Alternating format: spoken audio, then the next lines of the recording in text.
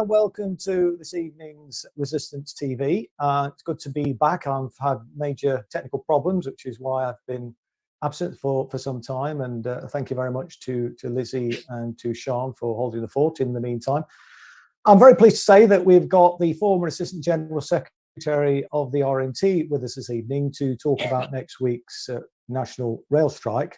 And many people, I'm sure, will know Steve Hedley by reputation. He's a solid comrade, a great trade unionist, somebody who leads from the front.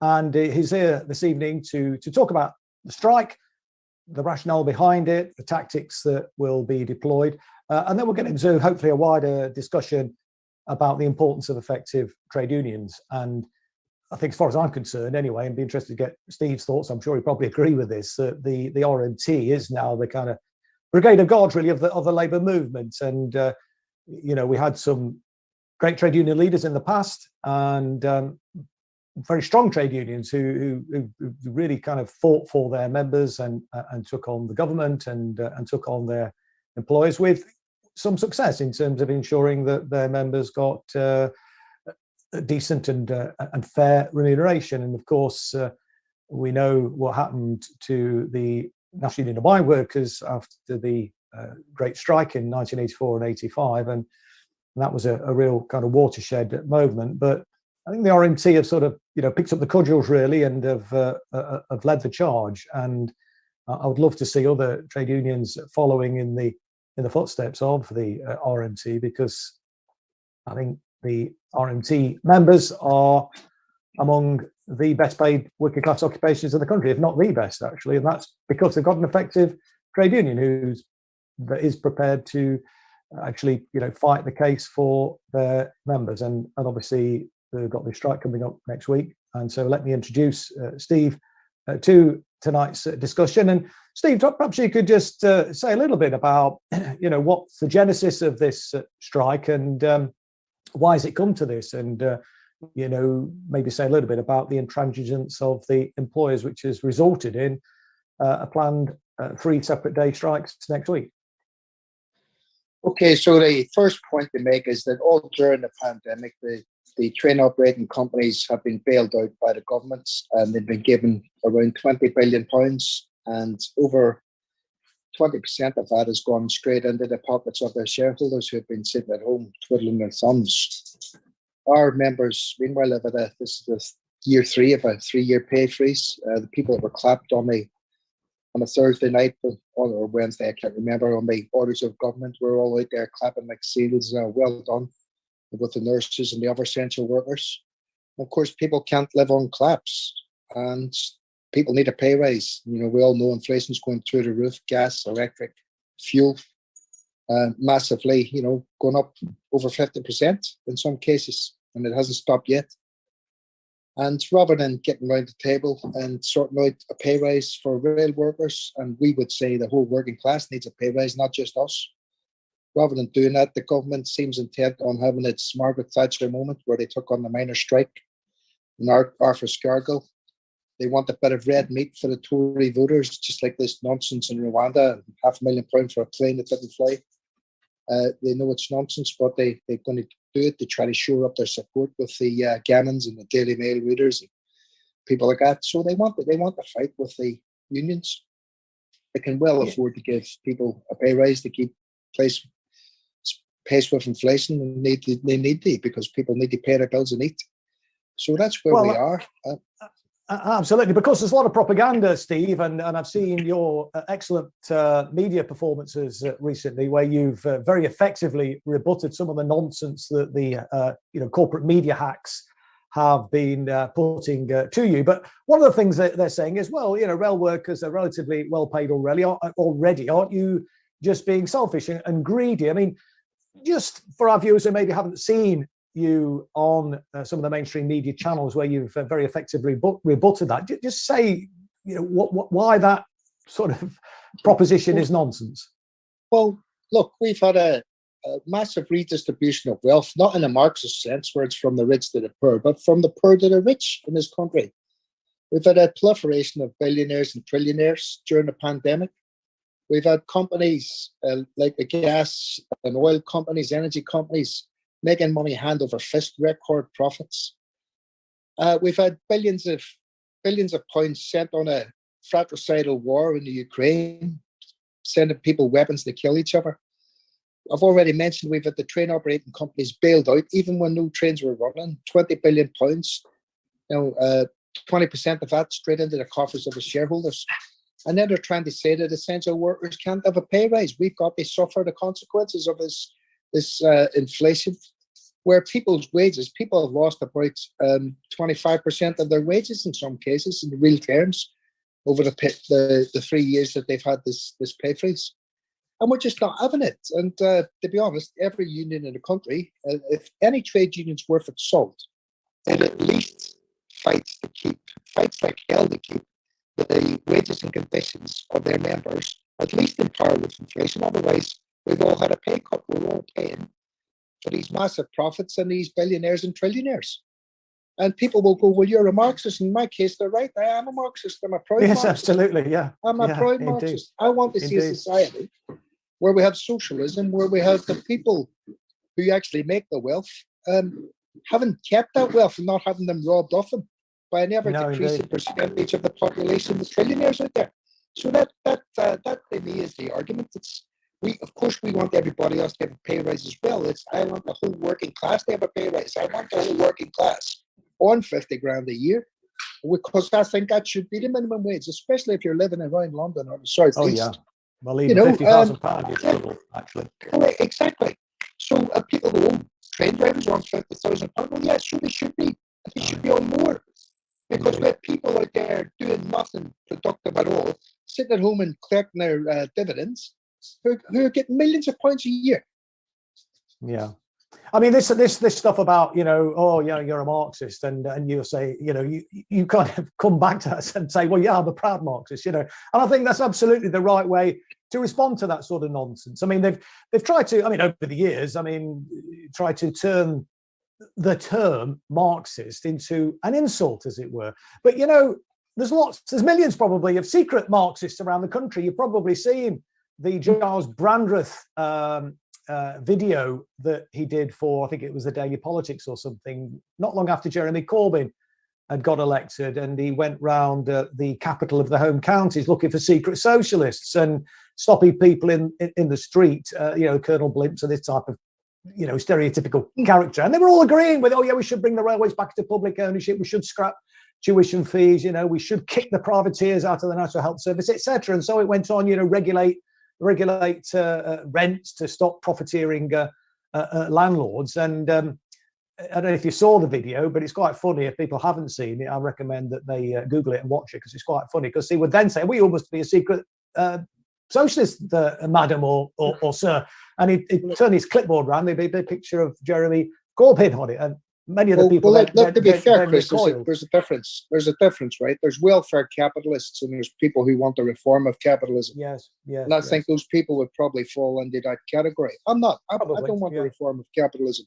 I want the superstition of capitalism, with a socialist form of society, where working class people whose labour creates the wealth in society enjoy the fruits of that labour, and it doesn't go to a small parasitic elite.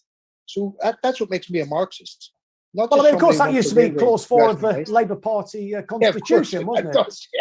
You're absolutely right. It did. And then that was kicked out under Tony Blair. Yeah.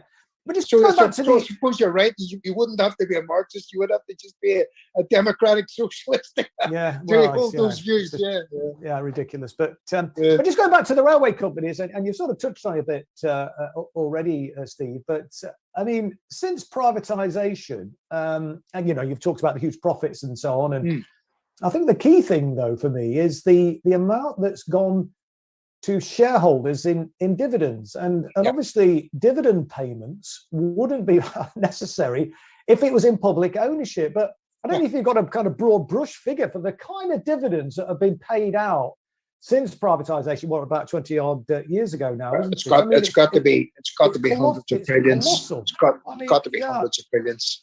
So these people, and they obviously, the government have come to the conclusion, because they're not completely stupid, that a nationalised system, not the sort of nationalisation that we want actually in workers' control and democratic control of travelling groups and communities, but even going back to the old British Red type nationalisation would be nearly half as cheap as what they've got at the minute, because all these middlemen, middlewomen, all there sitting taking percentages out, billions of pounds every year, straight to people who sit at home picking up dividends, picking up their shareholders. So even the government and their surveys and the surveys that they've done have said that nationalisation would be a far cheaper option. But it's an ideological question. How can they admit, after 26, 27 years now of privatisation, that they got it all wrong? How can they admit it? And the Tories certainly wouldn't do it. The Blairites wouldn't do it. I mean, the Blairites tried to, they did. The Blairites did privatise part of London Underground engineering, which I was working for at the time, which went bust, leaving another 20 billion worth of debt, So I kind of think, the history is kind of circular. If you look at the ragged trousered philanthropist, sometimes even Tory governments will nationalise things when they've just gone on their backside and all the money spent. They then fatten them up with the taxpayers' money. Then they privatise it and let their mates ruin it all over again. And I think that's what happens sometimes, Oh, yeah. Well, I mean, a classic case in point, Steve, was in my hometown of Derby back in 1971. Rolls-Royce, massive employer in the city at the time, still is the biggest employer, but a fraction of the size that it used to be, went bust. And it was Ted Heath's government that nationalised it. But then when Thatcher came in, about 15 years later, it was, like you say, fattened up and then flogged off. So they absolutely do that, to enrich their party donors. Yes, exactly. But Steve, just again, another point which you often see in the sort of corporate media is, the country can't afford a pay rise and so on. I mean, again, that's nonsense. I know that, but I mean, again, how would you sort of respond to that point about not just in terms of the rail workers, but I mean your general point about the fact that working people up and down the country deserve a pay rise, and you get these people saying, "Well, the country can't afford it." I know it's nonsense, but how do you respond to that? There's a blank check for weapons for the Ukraine. I mean, look, I've got every sympathy for people under attack, people in warfare, but the way they solve warfare is they have a negotiated peace settlement, not they send ever increasing amounts of weapons to people to kill each other. These flights to Rwanda, another expensive, absolute, Trojan sort of white elephant that the Tories have brought in. They squander money. Remember the 20 billion that they squandered on PPE that no one could use. We have this inefficiency, this capitalist inefficiency all the time, with the vast majority of people getting poorer and poorer, and a small parasitic elite becoming ever more enriched. And we've got to change that model of society. That's the argument, quite simply. We've got to stop the redistribution, the Robin Hood in reverse, if you like, of robbing the poor to give the rich. Well, what are people meant to do? I live in Newham, Chris, right? And it breaks my heart, right? I'm not an overly sentimental guy, but we have down here queues nearly a mile long for food banks sometimes, nearly a mile long. And most of these people, right, are going to work. They're working in some capacity, in some precarious employment, some of them even in full-time employment. And they can't make ends meet. They pay the rent, heat the house, and feed their children. Now, that's the sort of society that we're in at the minute. That's the way Britain's headed, the American-type society, where people have to live in trailer parks and people can't afford a house, and they certainly can't afford to school their children properly. And they have no in old age, they've got no decent pension. And that's what this government wants. And they'll squeeze every penny out of us if we let them, to make their friends rich. And we can't have it. We can't have it. And, if that makes me unpopular saying that, I'm prepared to be unpopular, because as Tony Benn said, a signpost is a signpost that points in the same direction. And, people might follow it eventually and get to the right place. But if we're all just weather vanes like Keir Starmer, and I saw that, I'm not even going to say the word, but I saw him trying to make fun of Jeremy Corbyn today. and it was just disgusting. This absolute imbecile stammer. And you know what? Boris Johnson, for all that I don't like Boris Johnson, Johnson turned around and went, well, you voted for him, Keir. You tried to get him elected. Whoever, I don't know, but that's the sort of imbeciles that are leading the Labour Party at the minute. Yeah. And we need an alternative. We've got to tell people who it is. Well, I'm totally with you on that. And in fact, before I sort of logged on for this discussion this evening, I was at a meeting of the Trade Union and Socialist Coalition, and that is trying to bring together, different groupings and different political parties, because I think we do need to collaborate, and that's one of the things that we've always said in Resist. And members have voted to register as a political party, and wouldn't get in their bed with the Socialist Party. Some of their members are scabbing. Well, I know what you're saying, but I do think the general point, though, I mean, notwithstanding some of the actions of certain individuals, because you can't necessarily always legislate for the actions of every single member of a particular organisation. But the general point I'm making is really crucial, in my opinion, anyway. And I think the position of Resist and the new political party that we are hoping to get approval from the Electoral Commission to begin campaigning, is that we need to actually collaborate across the left if we're going to have any chance of prospering. But the other point I just wanted to make, Steve, just in terms of talking about Tony Benn and weather vanes, I prefer to refer to them as weather cocks, actually, myself. But he also made a point, didn't he? He said the reason why they call us names is they dare not face our arguments, and I think that's one of the things that we need to keep in mind. Sorry, Steve, you were just trying to come back in, I think. Yeah, I was saying if you collaborate with scabs, it's going to be strangled at birth. The Socialist Party and people like that are showing their true face. They're putting their careers and their party before the needs of the working class, and they're working across the picket line outside my head office, my Unity House head office every day. So, Chris, I've got the greatest respect for you. You're a man that put principle before his career. But be careful with these people, because they're not all like you. And I've learned that the hard way. I know what you're saying. But, I'm of the view that, I'll try and talk to people and try and win people round. And I think it's key that we try and, as I say, build that collaboration and raise political consciousness. And not just with the politicos. I mean, the key thing is reaching out and mobilising working class communities, up and down the country who've kind of tuned out of the kind of mainstream politics, because it's all just bloody ridiculous parliamentary games. And we work with the Workers' Party as well. We've met with the Socialist Labour Party, with Arthur Scargill is the leader of, and so on. So we want to kind of try and build that broad alliance. I just want to come back onto the railways, if I can, though, Steve, and just in terms of the situation in this country compared to Europe. Just give us a flavour of the way in which the railways are organised in Europe compared to the way they're organised here. Well, by and large in Europe, we still have nationalised railways, France, Spain, Italy. But I have to say that European Union legislation is going to try to bring in the worst possible practice, which is Britain, open it up to the market. Yeah. And that's in the fourth rail bill. But I have to say as well that if you go to Europe, you will get on a fantastic service. It'll be clean. It'll be probably on time.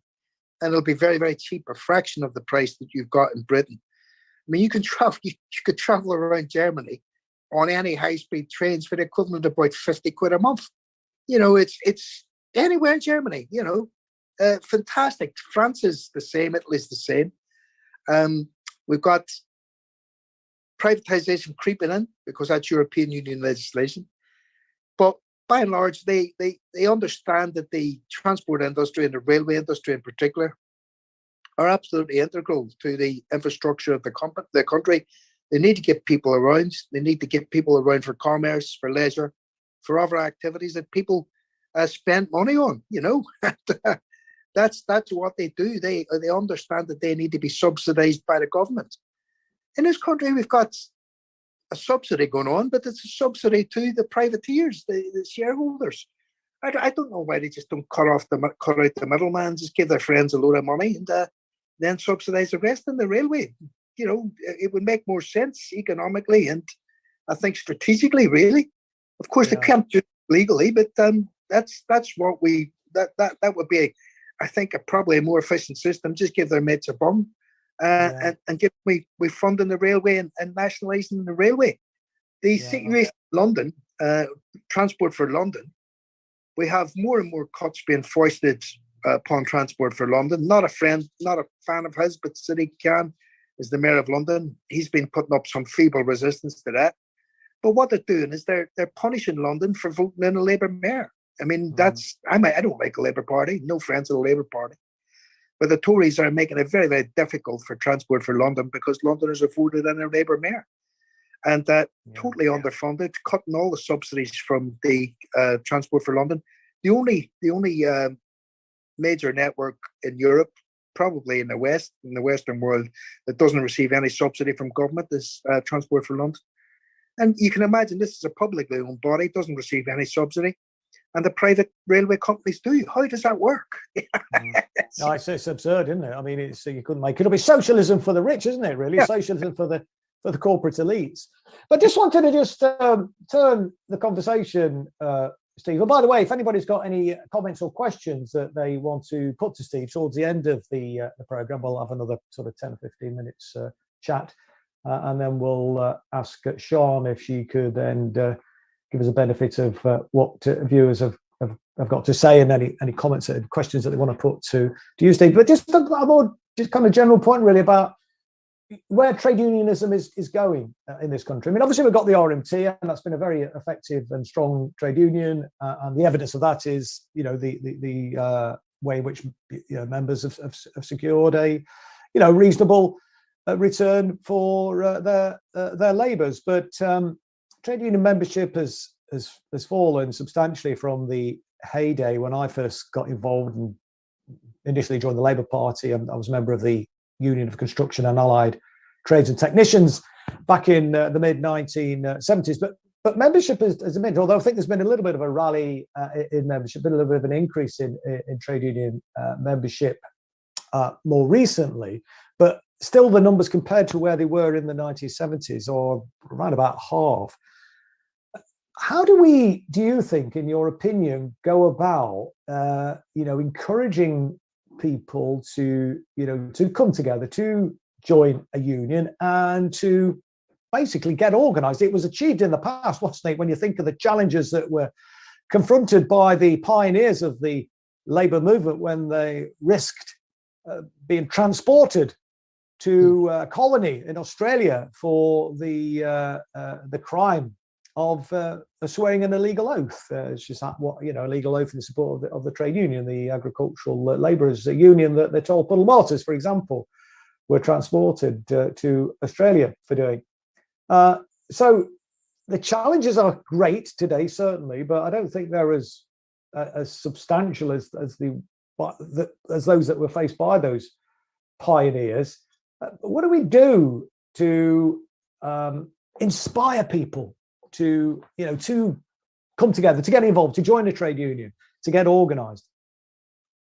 Well, I think first of all we've got to go back to those principles of a Toll Puddle Martyrs. It's not about the union as an organisation; it's about the workers.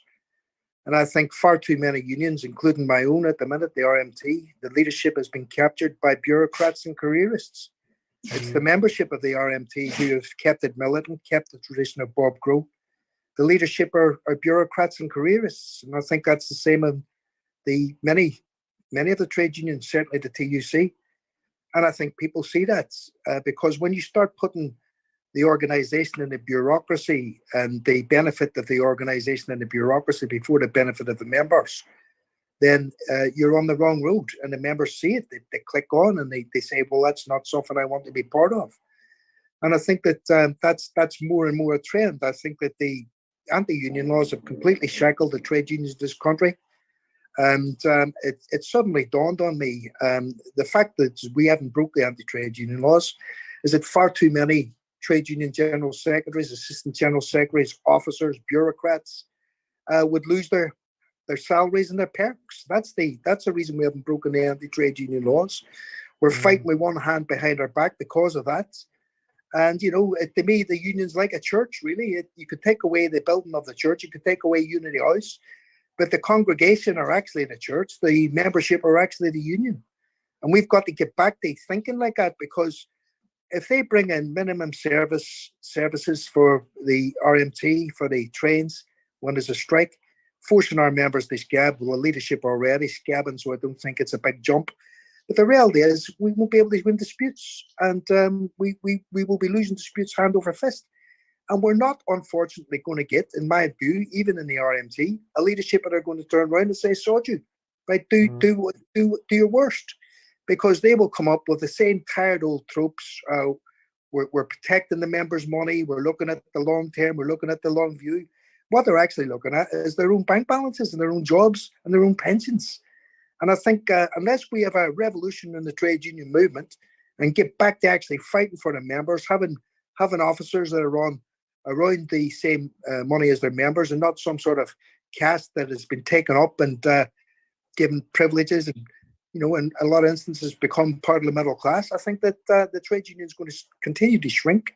I think workers will fight back, whether that's in an unofficial way, whether they form other unions, will be left to be seen. Maybe there'll be spates of unofficial action within existing trade unions. I'm not ruling any of them out. But the fact of the matter is that the trade union movement, even my organisation, the RMT, has become bureaucratised with careerists who are afraid to really fight for members. Yeah, I mean, it's interesting that you say that, and certainly I've seen it in Parliament. The Labour members of Parliament are self-serving. I mean, a lot of them, I knew that already, but what brought it home to me, the stark reality of that was obviously, the whole phony anti-Semitism smear campaign, and the way in which people like myself, Jackie Walker, Tony Greenstein, black rights campaigners like Mark Wadsworth, all of whom were socialists, all of whom were anti-Zionists, were targeted, and nobody lifted a finger for them, including the so-called left-wing MP. So I absolutely see that, but we mustn't despair. And I wonder what we can do to cut through that. I mean, there has been the emergence of some new trade unions, and I'd be interested in your thoughts on, like the union, like the Independent Workers of Great Britain, and I think there's one or two other smaller unions which have been organising migrant workers and casual workers and so on, and having some success, I think. I mean, do you think that's the future? I mean, new unions emerging like that on the fringes, as it were, and then gaining traction and picking up members? Well, I hope it is. I hope we do move away from the bureaucratic, career-structured unions that we're in at the minute, because I don't think they're effective. It's like taking a dump truck and trying to race in a Formula One race. It's just not built for purpose. We can't win. All we can do is, put up a bit of a show and end up with some rotten compromise. We can't win with the vehicle we're in. We have to have a different vehicle. So I hope that non-bureaucratic structures come up, fighting structures, whether they're unions or we call them something else, I don't know, workers' organisations of some sort that spring up to defend workers. Because, look, the reality is this. If the boss imposes a wage freeze tomorrow, or a boss sacks a load of workers tomorrow, the law doesn't allow us to fight back. We've got to go through a balloting process and all the rest of it. By the time we've done that, it's finished. Job's done. Course, yeah. There's people that used to work there a month ago. We need organisations that can respond on the spot, that can take workers out on the spot, that can take workers out when we go on the offensive for wages or conditions or whatever. We need organisations that just go like that and we're off. And we're not getting that at the minute. We need to rethink what trade unions are for, if they're for the advancement of the working class, if they're for a socialist form of society. We've got to stop obeying the enemy's rules and playing the enemy's game, because the enemy has got us in a corner, and they're going to keep us. We keep playing. Your point, Steve, about bureaucrats. I wonder whether, to some extent, that's always, to a lesser or greater extent, always been the case. I'm speaking to some of the inspirational shop stewards who were involved in the Lucas Shop Stewards Combine, who in 1976, I'm sure you're familiar with it, came forward with a report. This was after some cuts in defence expenditure or weapons expenditure, and they were predominantly a weapons manufacturing company. And the Shop Stewards Combine, and there was a lot more unions then as well, and I want to come on to that point in a minute if I can. But I mean, they came together and come forward with some fantastic proposals to put their technical expertise to building socially useful products. I think they came up with about 150 alternative socially useful products. In 1976, this was, of course, things like solar panels, wind turbines, hybrid vehicles, and so on. But they did that in the teeth of opposition from the trade union bureaucrats of the day. This was done by the shop stewards at that grassroots shop floor level, as it were. So I'm wondering whether, there's always been a problem with bureaucrats, but has it always been a problem with bureaucrats? And do you think it's been exacerbated by the merger of trade unions? Do you think these big unions have kind of lost touch with the big? So I said, I used to be a member of the Construction Workers Union. Well, now UCAT is now part of Unite. Yeah. So, do you think by losing that connection with the industry directly, that's had a detrimental effect or not? Well, I believe in industrial trade unionism, and actually I believe in general trade unionism as well, because if you look at James Connolly's idea, the IWW's idea of one big union, that would be a fantastic idea. But the idea of that was that workers would have solidarity action whenever workers were taking strikes. So if you had industry, then you would cross support each other. What we've got at the minute in monoliths like Unite is people aren't allowed to support each other because the bureaucracy and the leadership obey the anti-trade union laws. So if the trains come out, the buses can't come out in sympathy, although it would make absolute sense that they did, because they're all in the transport industry. And there have always been bureaucrats. There have always been people who have wanted to make a career in trade unionism.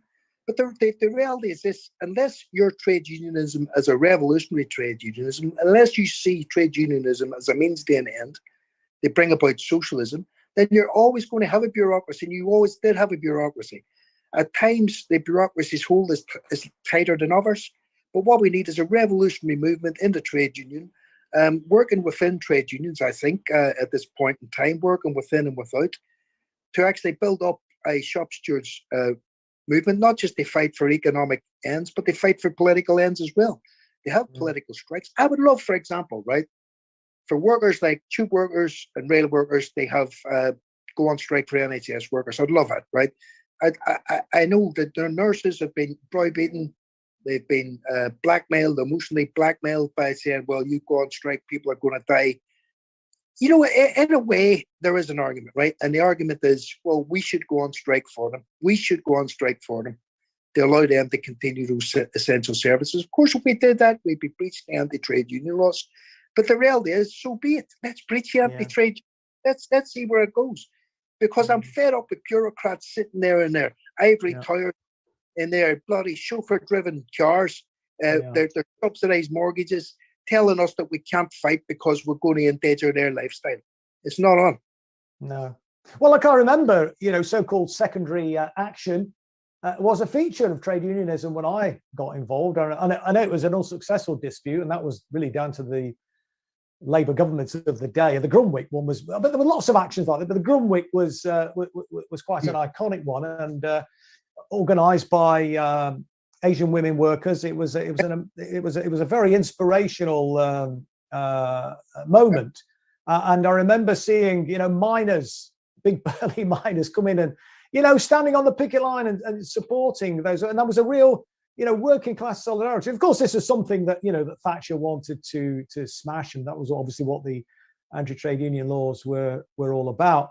But on that point, Steve, that you're making there about we need to really defy those anti-trade union laws if we are going to have any chance of success. Because if we just comply, we're buggered, in my opinion. I totally agree with you on that. But I just wonder, look, many trade unions. I know the RMT is not affiliated to the Labour Party now, but many still are, and I just think that, including the RMT, really ought to be, as well as, and I don't know what your thoughts are on this, but as well as obviously organising and raising political consciousness of their own members, and they're not doing enough of that. Although I think the RMT ain't too bad at that. And well, certainly when I was in the House of Parliament, I was in the RMT group. I mean, they did did quite a lot of stuff in that regard. I'm assuming some of that work is still going on. But I think the trade unions, and if we're going to succeed as a movement, as a, in terms of, raising the sort of, the standard of living and the the capacity of the working class in this country, the trade unions got, still, even with the diminished membership, still got huge resources. I think ought to be doing, working in the community. And to some extent, Unite is doing a bit of that with, We Unite Community. But just in terms of organising people, or putting money into, anyway, community organising, so that, we're raising that political consciousness. Because I mean, there's a sleeping giant out there, isn't there? Because at the end of the day, and we know that most people are, their sort of instinct is to, I think, support a socialist alternative.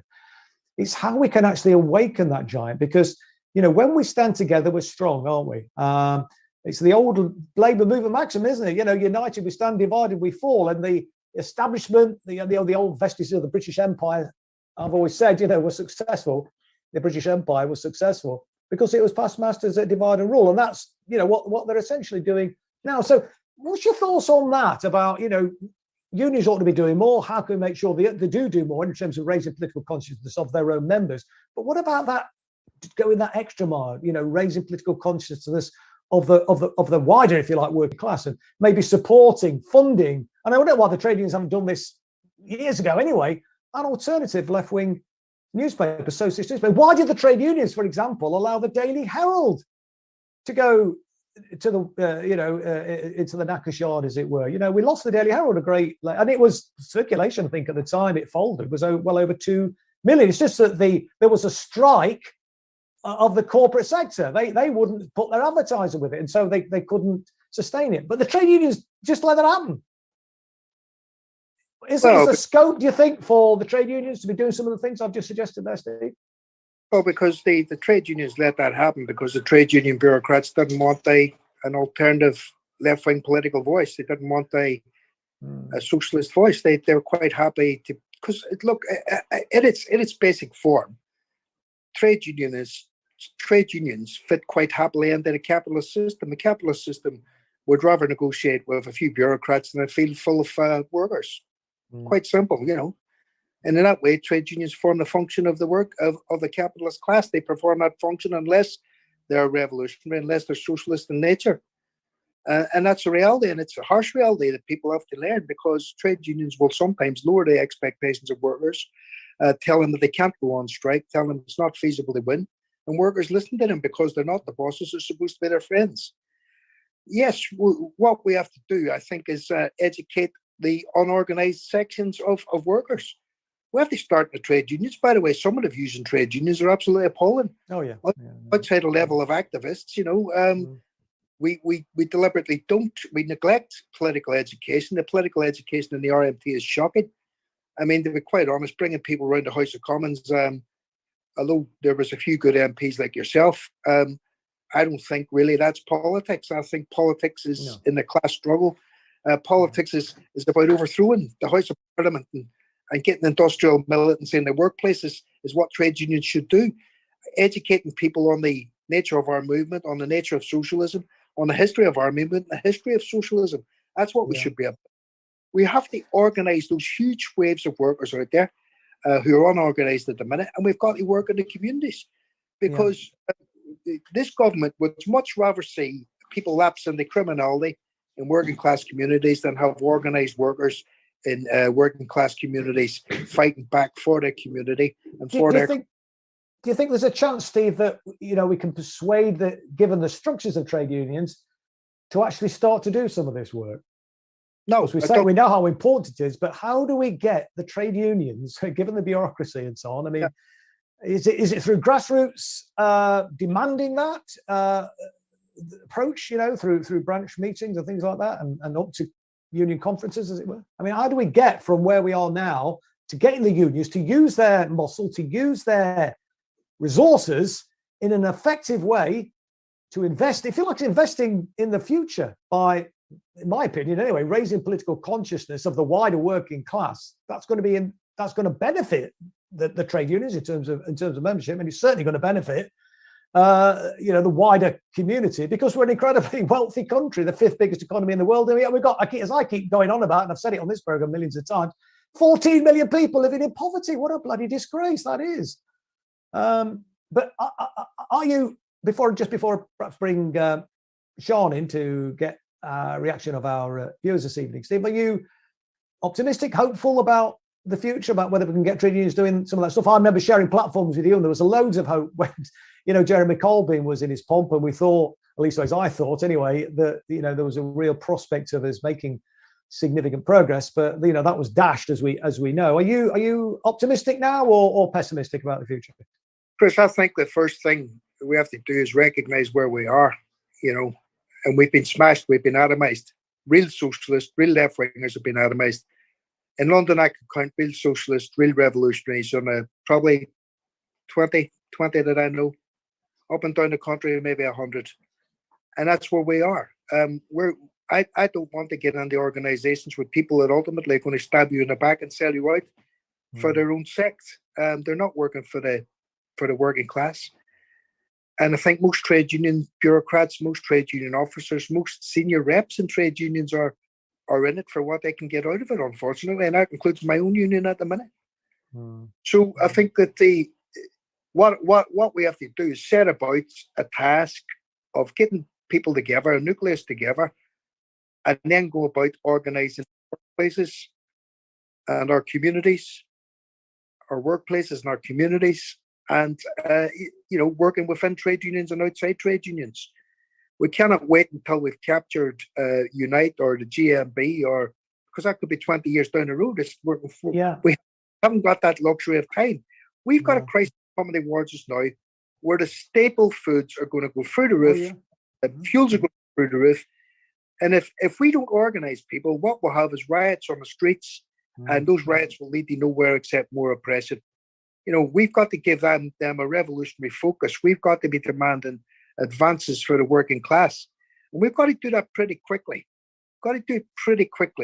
Because the alternative is really stark. We'll be living in some dystopian future, where workers aren't even paid enough to subsist, not even paid enough to eat and rent a house and, heat that house. But we'll have to queue up at food banks instead. That's the dystopian future.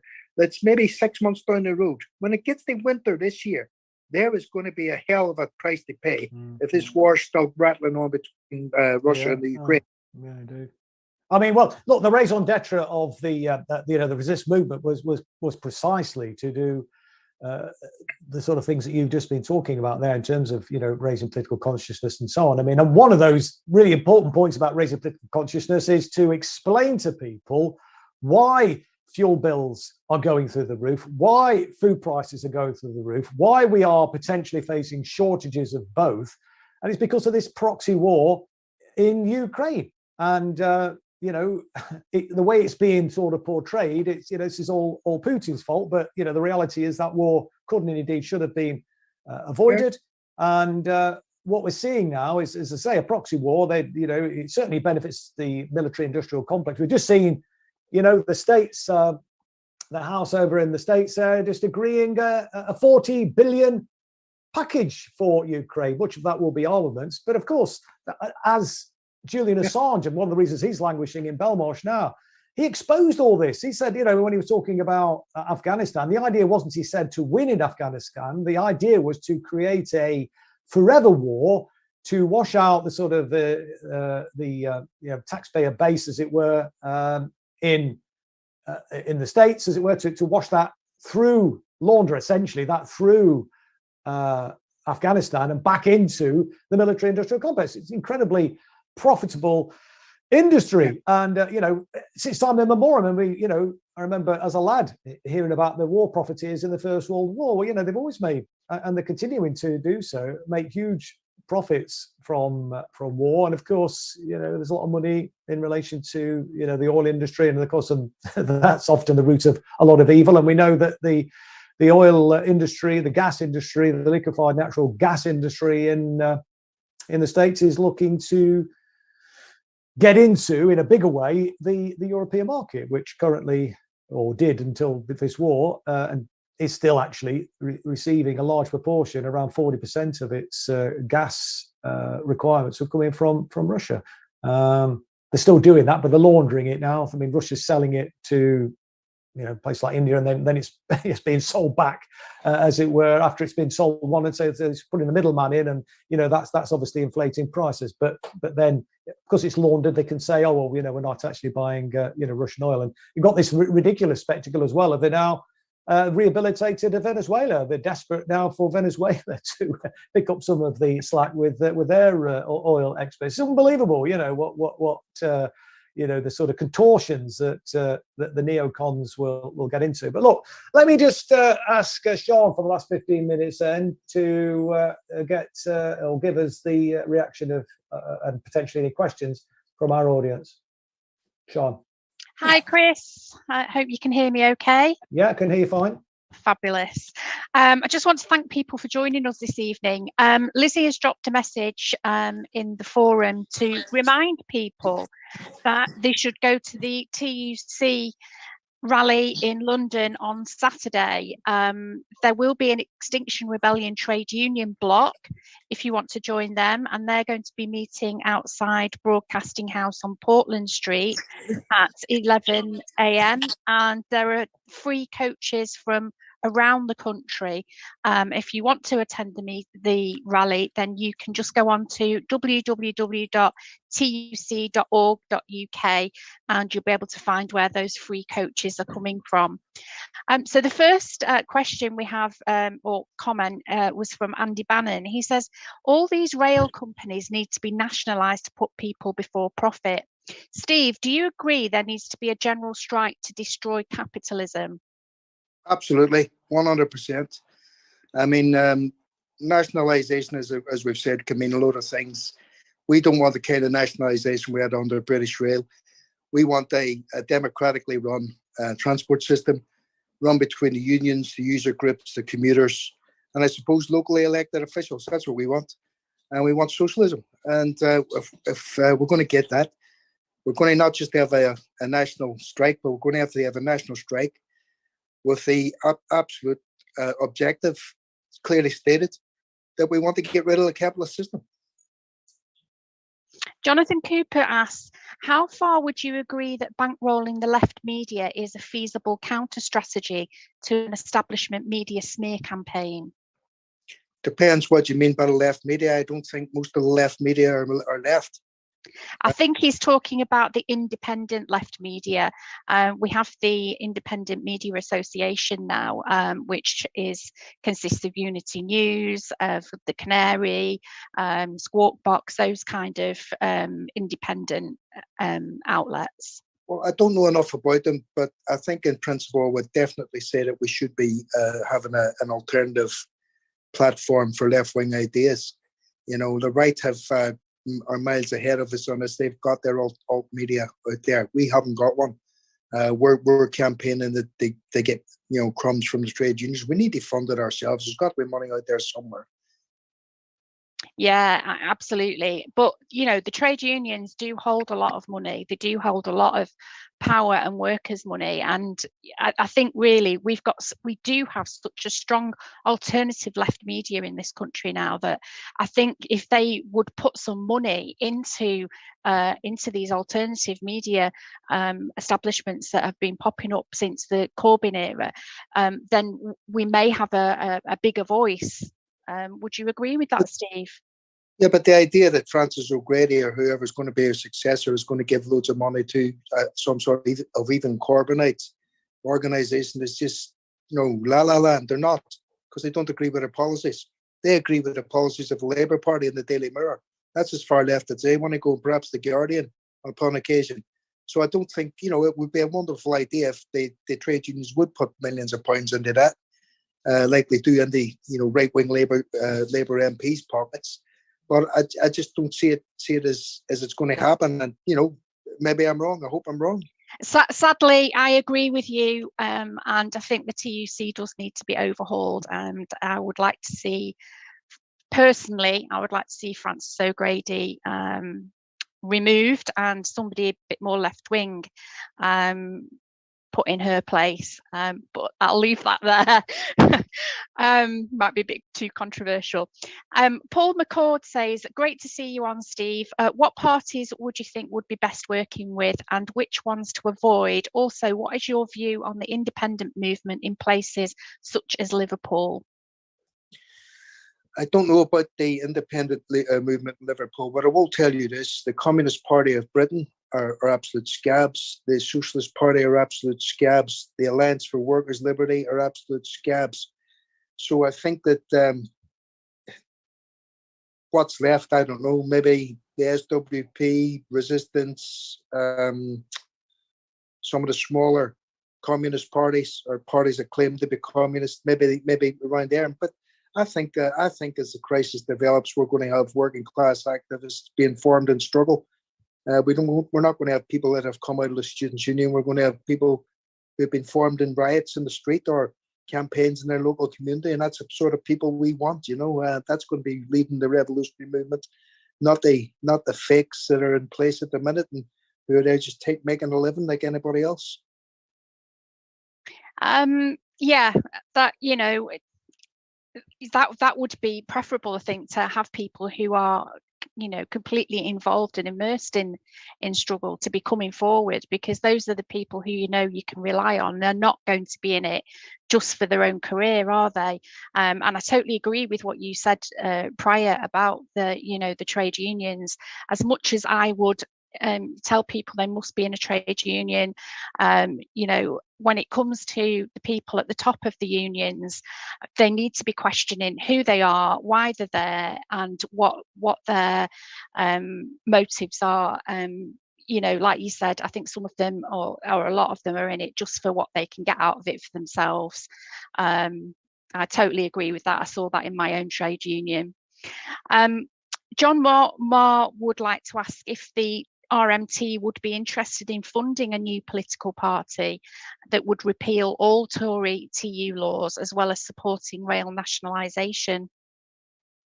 Well, Bob Crow had that idea in mind, but we don't have Bob Crow leading the party, leading the union anymore.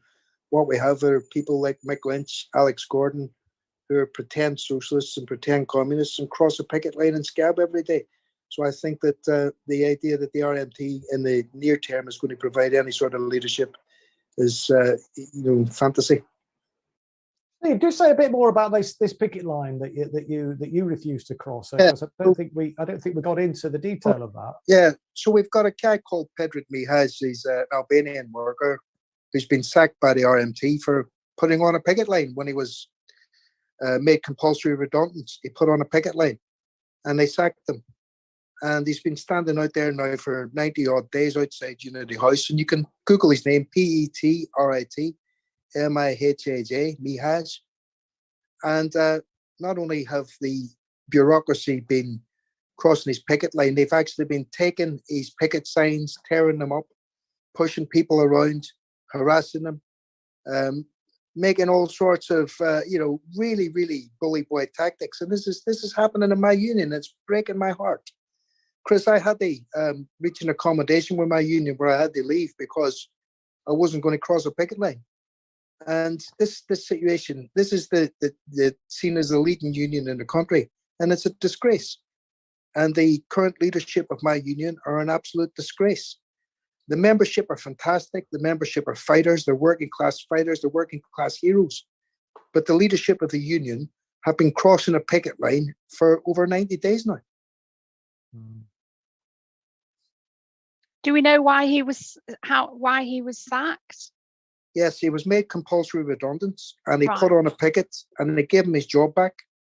And 3 days later, he was disciplined again for actually putting on the picket, and sacked again. So they realised that they'd made him compulsory redundant the wrong way. They gave him his job back, and then they sacked him for actually picketing, and they got sacked in the first place. And this is the worst part. This is the part that I can't believe. They're now after him for the redundancy money. They want him to pay the redundancy money back because they said he's not redundant. He's sacked. And how do you justify that? You can't. No, it's completely immoral. And I'm surprised people are not out there with him standing in Well, solidarity. you know what? I think when I can understand now how Stalinism takes place, because people will say it's not the right time. We're going into this. We're going into that. This has been there for 90 days. They had an opportunity to resolve this, and now they're going to say, well, we can't have this on the eve of a national dispute. They can't be there, blah, blah, blah. They've actually been going out there, pushing them around, pulling these posters off them, taking these placards off them, tearing them up. And you can see all this. It's all online. It's all on video. It's all on body cam. And, you know, we've got Labour Party councillors, part of this as well. Labour Party councillors down there doing that. The Alex Gordon, Eddie Dempsey, another big left, so-called left, Eddie Dempsey, walking across a picket line. John Leach from the AWL walking across a picket line. It's absolutely shocking. And this is why I have to say to people, we have a Socialist Party members walking across a picket line. So we have, and they haven't done that without the authorization of their party. There's no way that they've done that without the say-so from the Tafts and the Hannah, whatever her name is. They've made a decision that they're going to scab on a picket. And I think it's absolutely disgraceful. That's why most of the reason I resigned my position in the RMT, I took LL severance, because it was playing on my nerves. I couldn't do it. Well, thanks for that clarification, Steve. I'm sure that's illuminated, you know, the issue a lot more for people who will perhaps not have known what the background to that was. But in the last couple of minutes, Sean, is there any other? Yeah, there's a couple more